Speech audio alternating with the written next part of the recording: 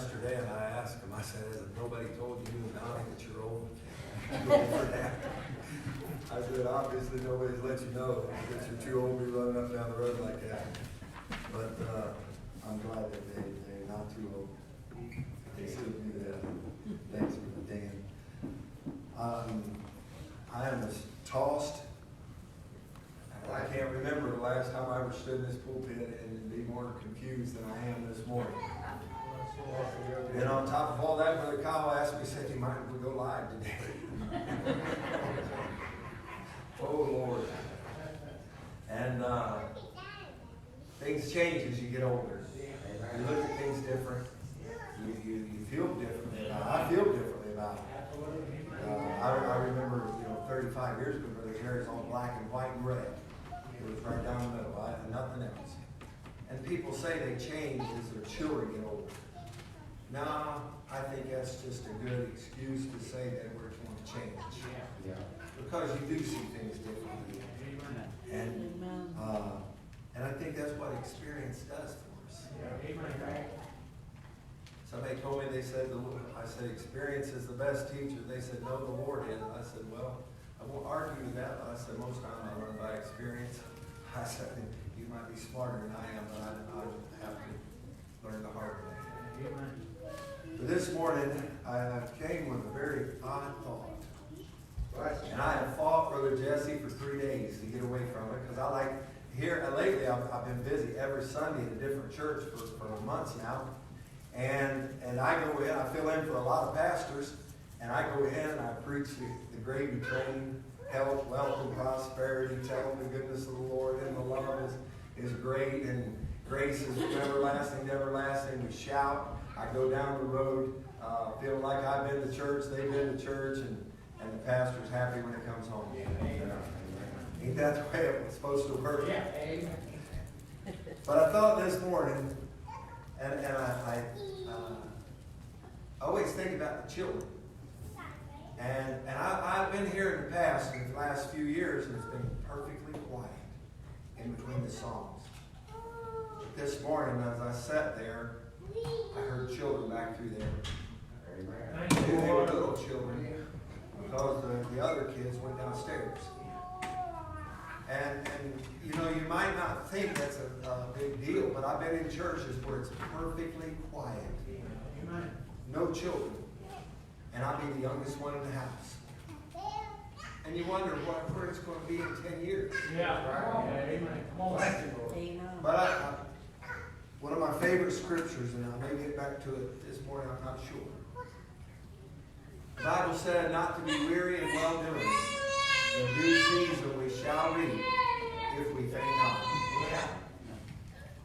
And so it makes me wonder what we're doing, and is it right? I'm going to just tell this, and then I'll get on into it. Brother Hank called me this morning. I was fighting it again.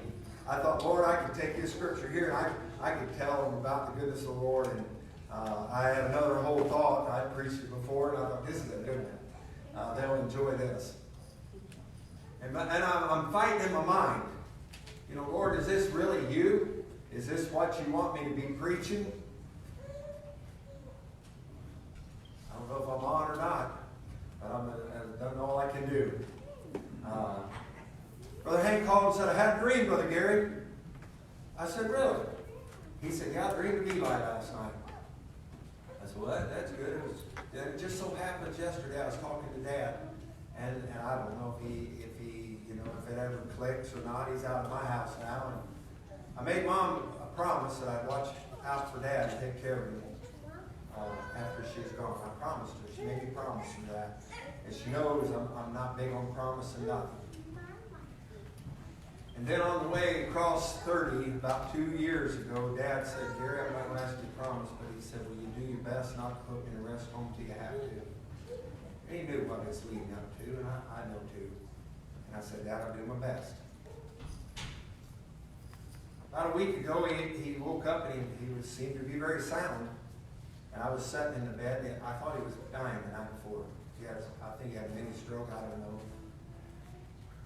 The next morning, he said, Gary, I want you to promise me. I was sitting in the floor, and he was sitting in the recliner. He said, I want you to promise me that you not let this load get too heavy and you put me in the restroom. He said, Gary, because I know it's coming. Me being me, I stood up. I said, look, Dad. I said, you got me to promise I wouldn't buy a motorcycle till you died. I said, it's been 28 years. And I said, my word's good. Mom got a couple of promises on me. I said, my promises are over. I said, you ain't getting no more promises out of me. Because if you promise somebody, you're supposed to do it. It's better to not make a promise than make and break it. Right. A vow, it says. Amen. And so, all these things begin to work. And you wonder where it's going to from here. And I thought of all the things that leads us up to these and where we're going once we keep going. Because the Bible said, and in the last days, he said, the Spirit speaketh expressly, that in the last days, that there is going to be troubled times. Yeah. In the book of Timothy, it says in chapter number 4, he said, in the latter days, he said, some shall depart from the faith. We're getting dialed in now.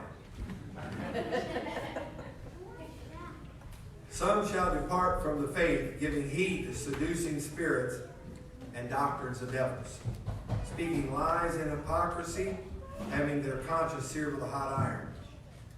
Brother Ronnie, the Spirit speaketh expressly. It tells us to be careful. He said to try the spirits, see if they be of God. Amen. There's a lot of spirits in this world, and what I'm leading up to, and it's not easy. I don't like to preach about hell, and I don't like to preach about what's going wrong. If you notice, I always try to tell you about the good thing. No matter what I preach, I want to tell you about the good part of it. All right. That's why I avoid hell so harshly, and I steer so clearly. But Brother Ronnie, it don't change the fact that it's out there. Amen. Heaven is up and hell is down, so we say. Amen. But you don't know what somebody's going through day to day. Right. But I thought today, what is the most important thing to me is that cross. Amen. That cross, and there was something happened that really got my attention this week. And I got to thinking about Paul said, I glory in nothing save in the cross. That cross, when I share it, there's nothing better. Right. Brother Jerry, there's nothing I'd rather do than tell you about how that he can pick you up out of the miry clay and set you on a solid rock. Amen. There's nothing greater than I'd rather tell you that Brother Ronnie, that them old man will pass away, the old things. If a man is in Christ Jesus and he dies out to sin, I love to preach about salvation. From the time I started right to today, there's nothing greater than that. Than to be born again, and how that he can take you from death unto life, and how that old man of sin can be born again. And when he dies out, Brother Donnie, that he'll become a new creature in the Lord. I thought I memorized Romans Road, that we all sin and come short of the glory of God. Brother Dan, I love that. Every chance I get to tell them whether I'm up there at the courthouse or I'm at the jailhouse. I get to tell them about there is a born-again experience. I love to tell about the cross. I love to tell about if when that man is in Christ Jesus, he is a new creature. And the old things pass away. I like to tell them how Paul said, I was alive without the law. The commandment came and sin revived and I died. That which was ordained in the life, I found it to be unto death. But I'm glad today that I didn't just die, Brother T. I'm glad that I came alive. And I thought how in the 6th chapter of the book of Romans, he told them there,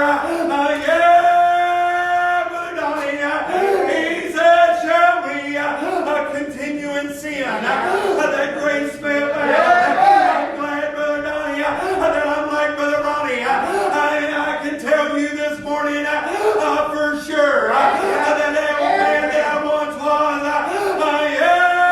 he died out and I'm alive, and I'm not the same man that I used to be. And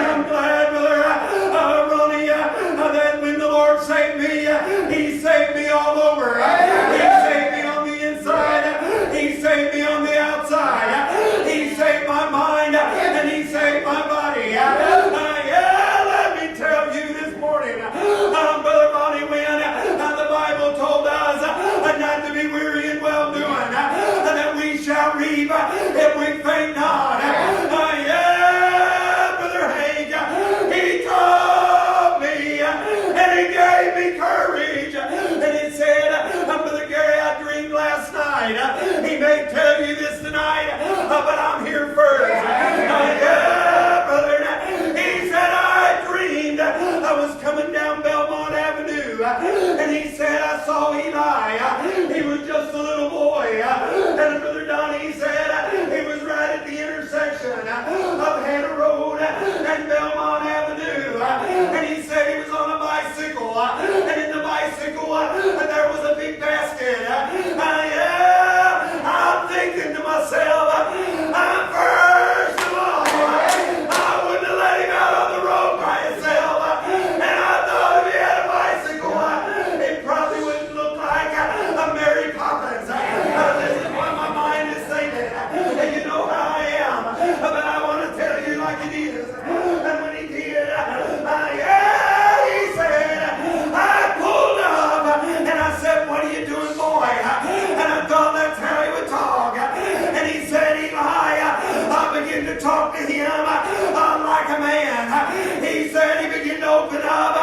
Yeah, began to talk about the scriptures and things like a man would. And I thought the Bible said not to be weary in well doing. In due season we shall reap if we faint not. And Brother Dan, he said I had two dreams this week. And he said the first one was Destiny. The program is named after her. And he said, I saw her and she was on a corner too. And it didn't look very good.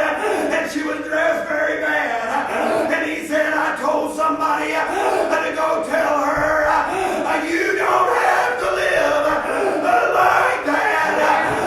Brother Ronnie, but my God, he saves them that's in the church and them that's outside. Yeah, don't be weary, church. In due season we shall reap if we faint not. And the Lord gives and the Lord takes away. Blessed be the name of the Lord. And I preached it here before.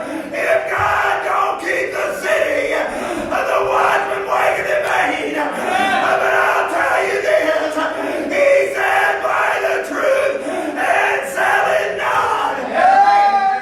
And here in Belmont, Belleville, in Belmont, in Paradise, up there in Bethel, there's still the truth. Yeah, you know what? No. He said you will know the truth, and the truth will make you free. If it's tying you up, if it's binding you, it is not the truth. It is a lie. And if it's a lie, it's of the devil. But God came to set the captive free. And let me tell you this, and then I want to get into this. Not long ago, maybe a year, Brother Paul told me, he said, Brother Gary, I went downstairs during Sunday school, and he said, I walked by, and one of the sisters had her head down at the Bible, and he said, I just went on by. Yeah, Brother Dan, you don't know what God is doing. He's working in our land.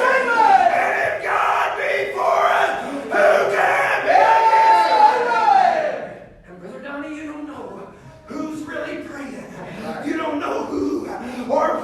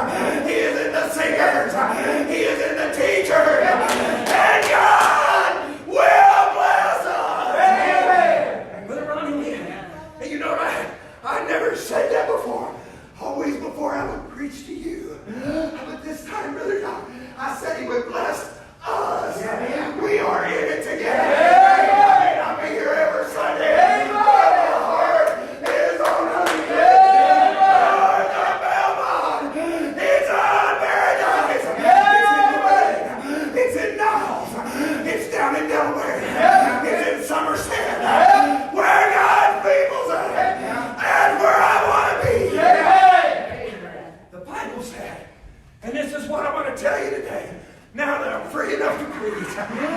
It's hard for me sometimes to say how I really feel until I get free in the spirit. That's why I have so much trouble. I'm telling you, I love you. Yeah, Brother Ronnie, I love you. I love you, Brother Tom. I love you, Brother James. Brother Jerry, I love them all. You know why I love you? Because I've been born of you. He said he is born of God. He is born of love. If you say you love your brother, you say you love the Lord and hate your brother, you know what it says. And I didn't come to preach that. Brother Paul does a good job. But what we got here, I just want to back up for a moment. How many have looked at a watch here? Because at my best day, I'm still just giving a testimony compared to Brother Paul. Yeah, but when he did, Abraham took Isaac up the mountain. I love to share the cross. Don't we all love to share? Other day on Friday, that intern was leaving. And I told him, I said, son, you ever go to church with your mama? She's an old regular Baptist over in Plymouth. He said, not anymore. I said, there's a reason you like to hear me sing. God's got a love for you, son. And I said, when you hear that song, he calls them sad songs. I said, it ain't a sad song. It is a good spirit. And you better listen when he calls you. He said, Gary, stop or I'm going to start crying. Let me tell you, if God be for us, who can be against us? God will work in all of his ways. His mama don't even know me. And if she did, she'd probably think I need to be saved. But God used me and I taught her grandson when she ain't got no idea about it. That's right. When I pray for the Sunday school classes, them sisters downstairs got no idea that I'm praying, but I'm praying all the time because that burden came. That spirit of love, it is moved upon us. And what happens? We love one another. The scripture says, if God be for us, who can be against us? Amen. If a man's in Christ Jesus, he's a new creature. I can tell you about being born again. I can tell you, Brother Ronnie, Brother Donnie was an honest two guys. They had a reputation, tall as them if you stack them on each other. But then all of a sudden I heard during a revival in Belleville, they said, you ain't going to believe who got saved. Ronnie Stevens and his wife got saved. Then they said Donnie got saved and his wife got saved. They said she's a Catholic. No, she's saved. It ain't Baptist and Catholic. It's them that are in Christ Jesus. Amen. Ain't that what Brother Paul says? Because it's the truth. The truth will make you free. No, you can get tied up with religion. You can get tied up with tradition. You can get tied up with long sleeves, short sleeves, gray hair, black. It don't matter if you put it before God. That's right. Amen. My brother, back here, I was joking with him. I just want to throw this in because I really enjoyed it today. Bless my heart. I come in there and said, brother, I said, bro, I said, you been sick? He said, no. But you never know who's really watching you, Brother Donnie. He cost me a lot of money. Actually, that shiny Ford out there is what sent me over the edge. I've been talking for years. I came in today and that Ford out there's got dirt on it and rain spots. I said, come over here, Rob, and look at this thing. I said, I have never seen it dirty. I come in, I said, you sick, brother? I said, that truck's dirty out there, and I've never saw. We don't know who's watching, but when they watch us, they need to see Jesus. Amen. Abraham took Isaac up that mountain. And what I want you to get from this, I'm going to hurry through it. I'm not going to give you the Ball State version.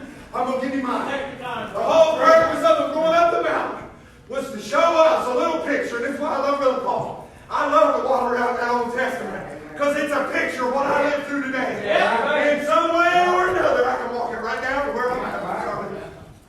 He took Isaac up there, and he said when he got up there, going up there, made the last move.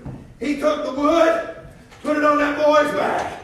He took the fire, and he headed off. And that boy looked over the firstborn. How was his firstborn, Brother Donnie? He said, see him, here's the wood and the fire. Where is the sacrifice for the burnt offering? He said, God shall provide.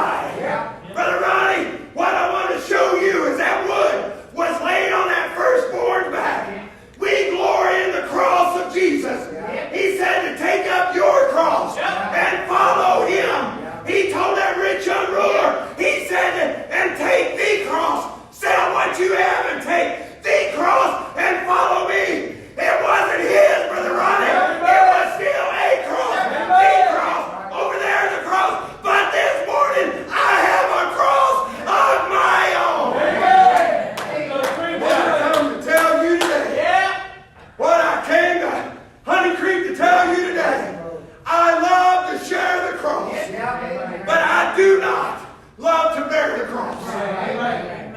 But if you are going to follow the Lord, you have to pick up your cross. Not my cross, but your cross. And follow the Lord. Amen. That means if there ain't nobody in the Sunday school room, you put your head down and you cry. Amen. You ask the one who can send them to the church. Amen. Brother Paul Powers asked me, he said, Brother Gary, what in the world are you doing at Belmont? That it's growing like that. And then I looked at him. Nobody never asked me, what are you doing, Brother Gary, to cause them to grow like that at Belmont? Well, Brother Donnie, what do you think I was doing?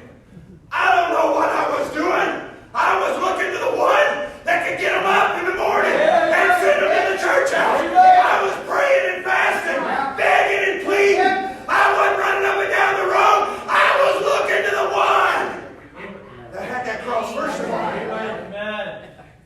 But we have got spirits many, don't we? We have got, and this is what we're fighting. This is why I'm always so happy to come back down here. Because it ain't like that.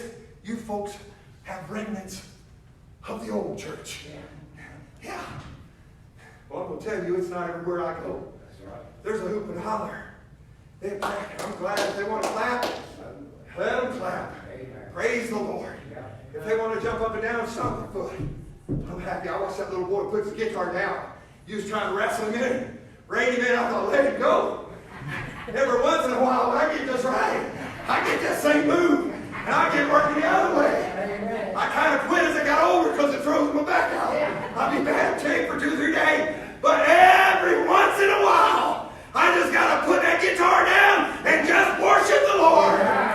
Why not train up them children in the way they should go? Because when they're old, what do we want? We don't want them to depart from that. We want them to know the truth. We want them to know what the Spirit of God will do. It not only will save you, it will keep you, and it will just change you. If it don't do all the same, you ain't got the right spirit. Amen. Abraham was going to kill the firstborn. I love to share the cross of Jesus Christ. But Brother James, when it comes to my cross, when I got to bear it, I'm not always so happy about that. Because sometimes it gets heavy. Amen. Sometimes it hurts, don't it? Yeah. But sometimes, church, we've got this health, wealth, and prosperity. We got this, and I'm not going to itemize it, but you got these people that say, just come follow me. Give me money. Give me money. What's the church really need? What do we need? We need enough to what? Keep the door open. Because whether we eat or not, their salvation is more important than anything else. And we need the Spirit of the Lord to be free. We need to be like the little children. That's why he said, suffer not the little children. I'm not saying let them disrupt the service. I'm just saying, suffer not the little children to come unto me. When I see them little boys come out there with them guitars that help the phone down, I got me a picture. I thought, I'm going to take this with me. This is going up on one of them big screens somewhere. Because this is what we want our children to do. We're training them, but we want to be free as they are. And are we going to be hindered? Are we hindered? I ain't getting it. I preached that 2 weeks ago. I'm going to leave it alone. Or are we inhabited?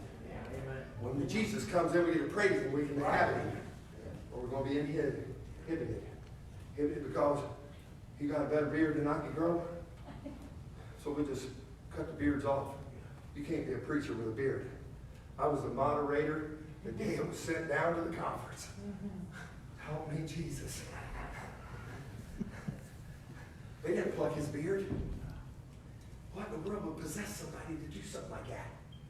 What was it? Was that the spirit of love? Or the spirit of fear? What are you afraid of? They're going to grow hair with it? Or are they going to have a ponytail? Or get earrings? Or paint it orange? What are we afraid of? These spirits. And what we have going on, they're called tormenting spirits. They're tormenting. What they do, they hinder you. They're spirits. There is spirits, and it's not of God. You listen, that's what I come for. I'm just going to lay it down the way I am. Them will hinder you. They'll hinder you at school. They'll hinder you at home. They'll hinder you wherever you're at. They'll hinder you on a job. They come attacking you. There's many spirits. They're not of God. They are hindering spirits. And when they do, the Bible said in the book 1 Timothy, he said, perfect love casts out all fear. For fear has torment. Torment. That's what fear does. You afraid for your children? You know what? When I get to thinking about some of my kids, fear grips me. When I got to thinking about Jeffrey, I told Dad, I said, Dad, I told the truth 2 weeks ago. I'm just going to lay it on the line. I said, Dad, why don't you pay for Jeff's funeral so it's already taken care of. But the truth of the matter was, Brother Jesse, I didn't want to pay for it myself. And I figured my brother if he overdosed and died, and I didn't pay for the funeral, they'd say, look at Brother Gary. Now look at him. He didn't pay for his brother's funeral. So I thought I'd outsmart him. I said, Dad, you got plenty of money. Just pay for Jeff's funeral. I went down there to make the arrangements, and I heard my mom's voice tell me, put them flowers on that casket. But then 2 weeks later, I heard Jeffrey's voice on the telephone saying, Gary, will you come pick me up? I'm in Ashland and I'm cold. And Brother Ronnie, once I realized it's him, I run over there. But I didn't even jump on him that morning. That was the truth of it. I felt so bad for him. His eyes was still black 10 days later. He was poor, dirty, had on a pair of shorts and a raggedy shirt. He looked so bad, Brother Donnie, I didn't even jump on him for the first time when I'd pick him up. But then 2 days later, there was another voice. Got a hold of him. How many times did he tell you there wasn't no God? How many times did he tell you, Brother Jerry, you didn't know what you was talking about? How many times did he tell you there is no God and we're just going to die and go to the ground? But let me tell you, there is a God and he still loves our people. Amen. There is them tormenting spirits. Amen. There is them spirits that gets a hold of people in your mind. Ain't we all the same? Now let me go just a little farther. Them tormenting spirits are not only for the sinners, they get in our head.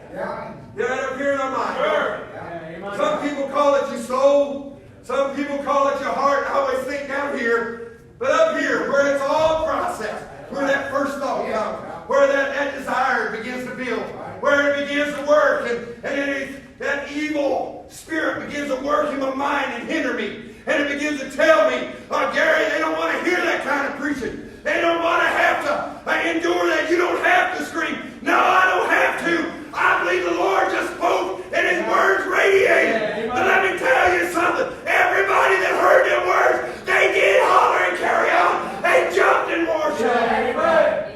There is a change. Well, do I want them to just slowly walk through life?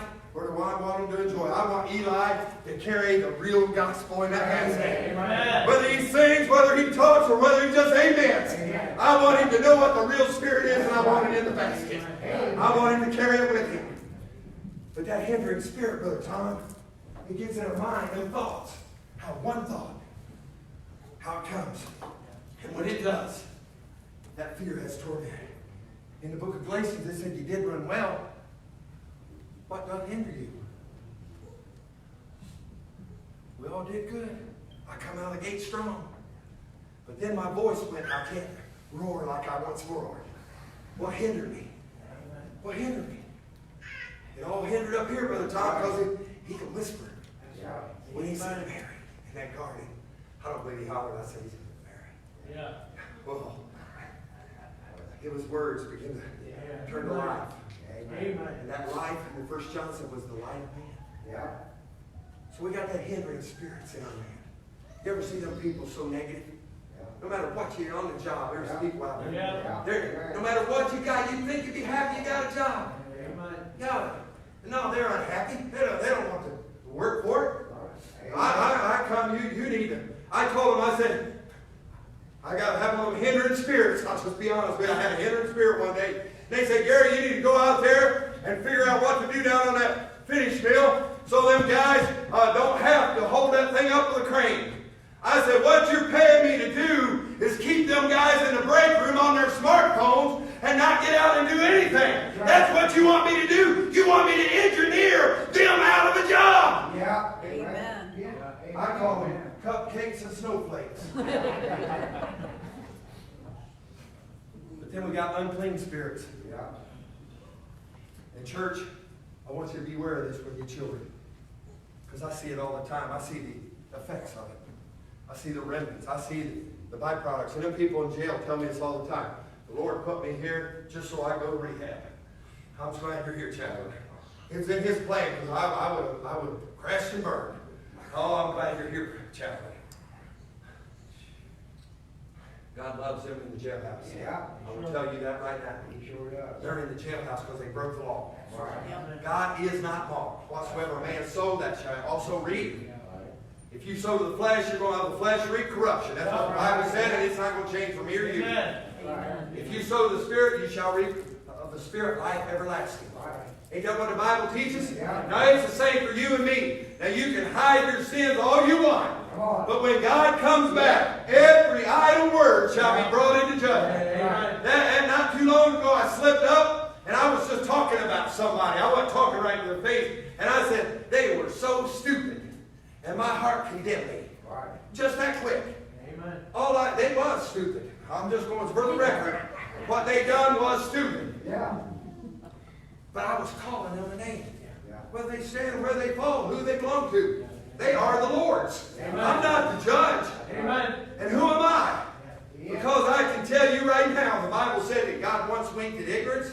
Now it requires everybody. Brother Donnie, he has had to close his eyes a few times with me. Amen. In the last week. It makes me think, I'm not above them folks. That's right. Amen. And neither are we. Amen. Right. But these unclean spirits are different than hindering spirits because they bind you. They bind you. The drugs. Yeah. They get a hold on you. Yeah. Physically. Yeah.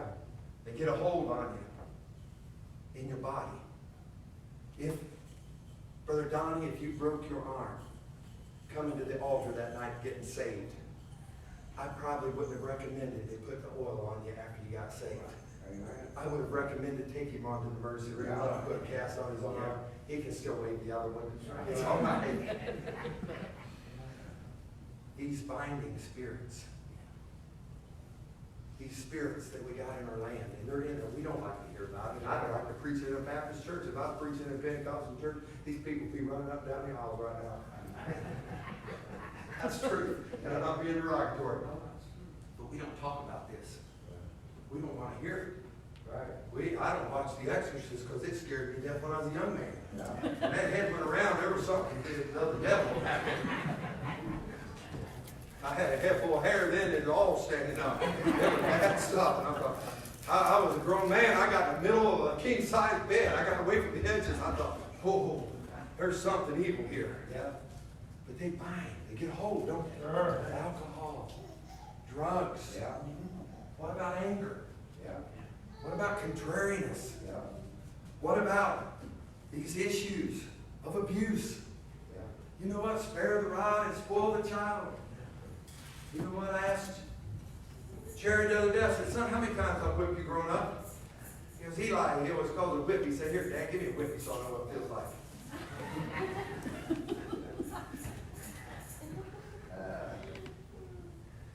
I used to whoop Tanya to drop a hat. I'd fly mad. Had a lot of anger issues.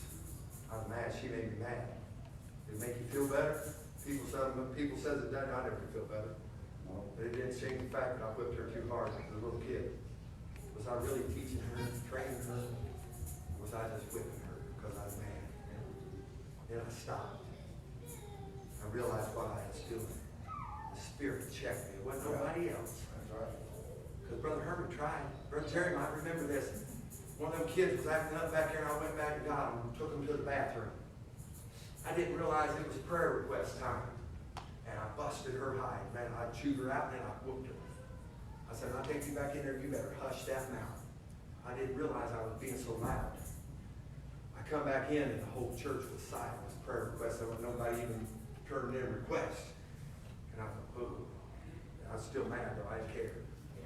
I went up front and I dropped her off. And all the way up front, I sit down with Brother Herman. I sat down, and he looked over at me and he said, feel any better?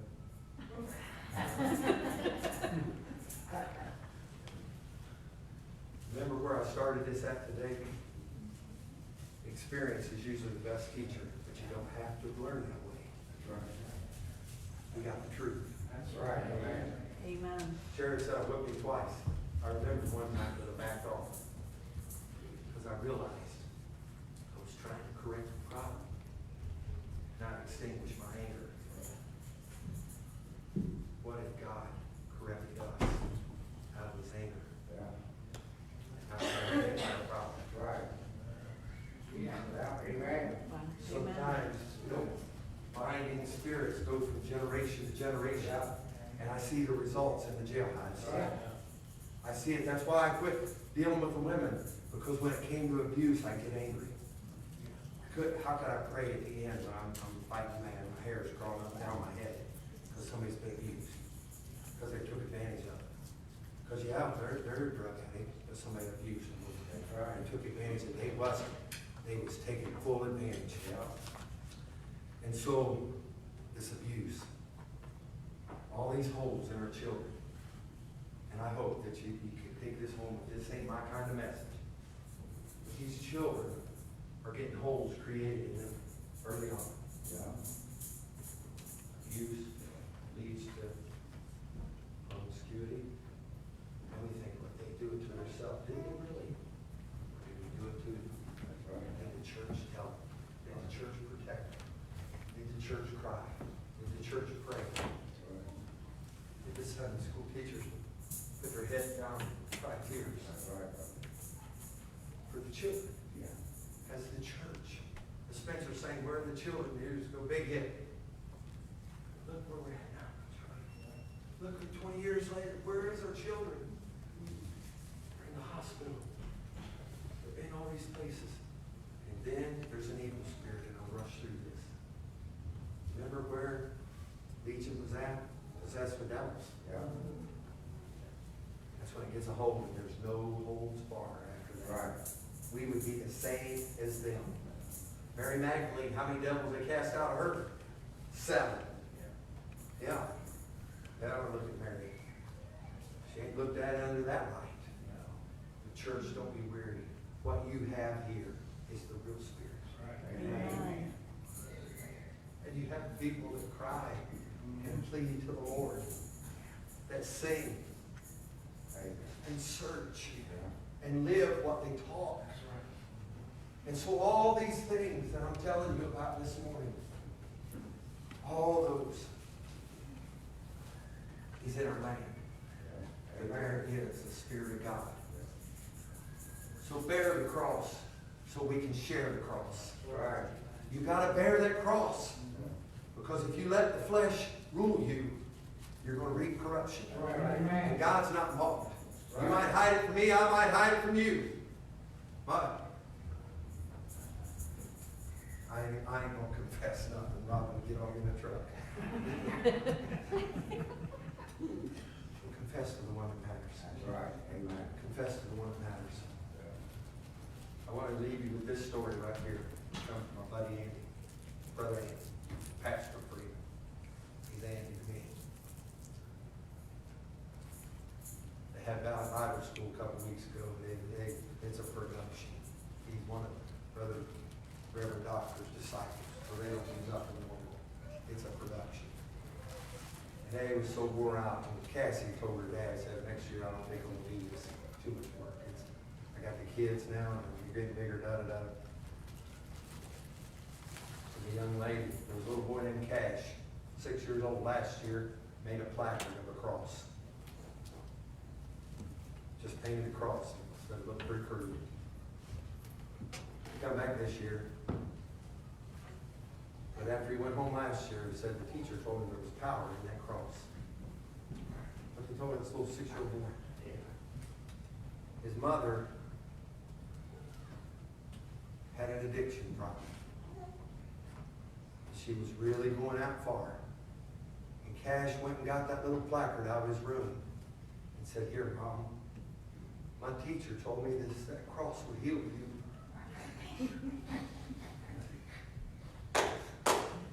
Amen. Yeah. Amen. And he said, she done better. She got straightened up. Said the little boy's mama got cancer. Said he went to his bedroom and got the placard and took it to his mama. I said, Mama, said this cross can heal you. Yes, amen.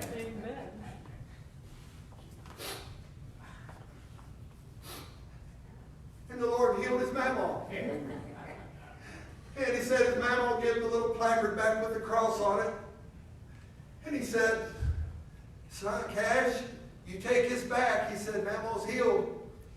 And if you need it, you'll have it then. Yeah. Last weekend, his mom was 39 years old and she overdosed and died. Cash is 7 now.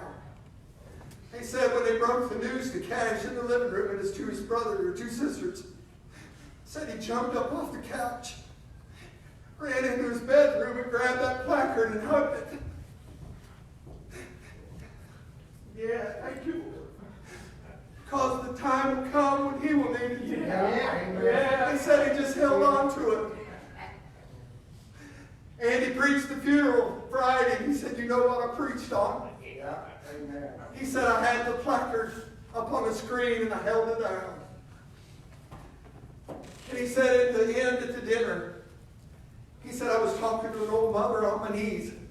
And I was trying to listen. And he said, Cash got up on my shoulder, crawled across my shoulder. And he said, Pastor Andy, he said, can you talk to me about that cross a little more? Let his glory and his cross that he's given us. Because we are the chosen, Brother Dan. Don't be weary in well-doing. We're going to reap in due season. If we faint not, Brother Tom, be careful with them spirits. Be careful what you do. Listen to Brother Paul and walk in them words. It's not in the jump and the shout, but it is in the power of that cross. And today, while they come and sing, on mornings like this, I wish I had a voice. And I was 20 years younger where I could have run around this church. But when Andy told me about Cash, I can't wait till I get back to Delaware to see this fellow. Train them children up. Waller them in that pulpit, because one of these days they'll be shouting in the seats. But we want them to have that real spirit. Brother Ronnie, because when I got lost, when I really got lost, I wanted a real thing. I didn't want somebody to let me drink and carry on and still go to church. I wanted something to change me. I was tired of that. I wanted something, Brother Tom, to clean up my mouth, clean up my mind. And I still got to guard him. I got to crucify him all the time. Some days I can kill him and some days he kills me. But you know what? When I get up the next day, I'm fighting the kill, because inside of me is greater than he that's in this world. You're going to need the real thing, because in the last days, the Spirit speaketh expressly. There shall be seducing spirits, doctrines of devils. They're going to be pulled away from the truth. Why not this morning come? We're living in peerless times. Tough, dangerous.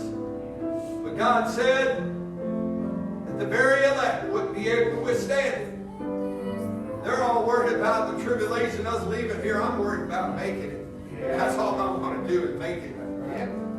Because we're in peerless times now. I don't know about you, but these spirits are out there. They're trying to get in my mind. They're trying to tell me that it's okay.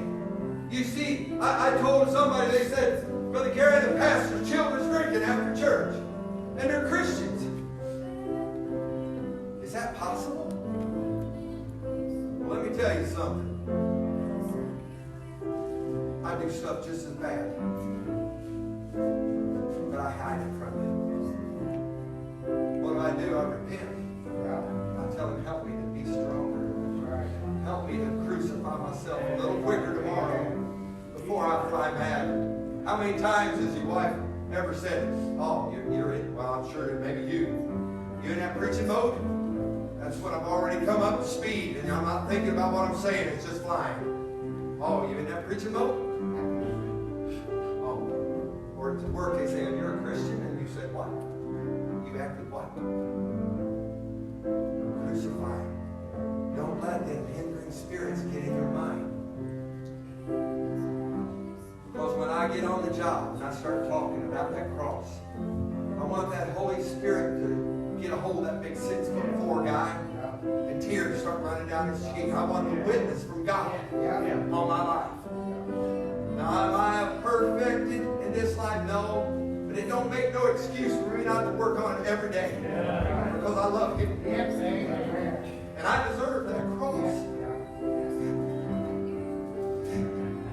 No wonder we can pour in His cross. Can He heal the drug addict? Absolutely.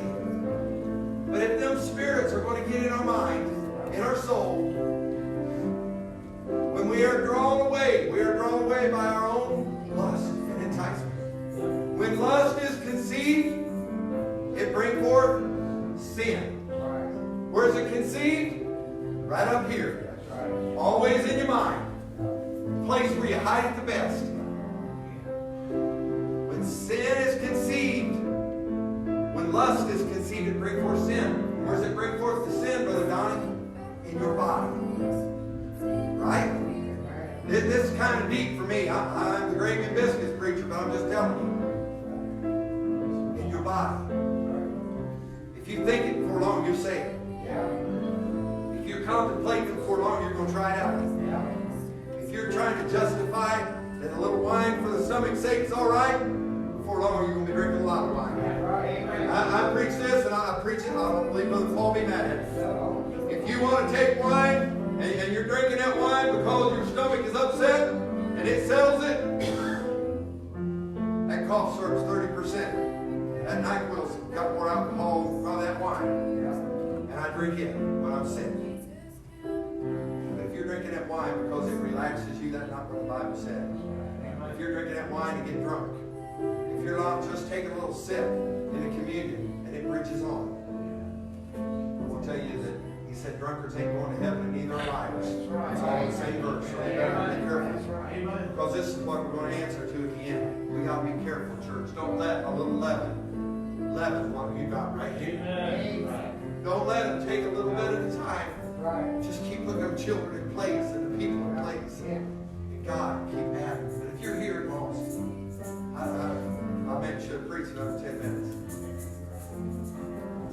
But I'm going to ask Brother TJ. I'm glad I heard it's you. We all need a home, don't we? You know who I took up Belmont? I'd take anybody, nobody else wanted. Wasn't that what David done up there in the cave and the Adullam? All the ones that's in debt and people nobody wanted. He become a mighty army.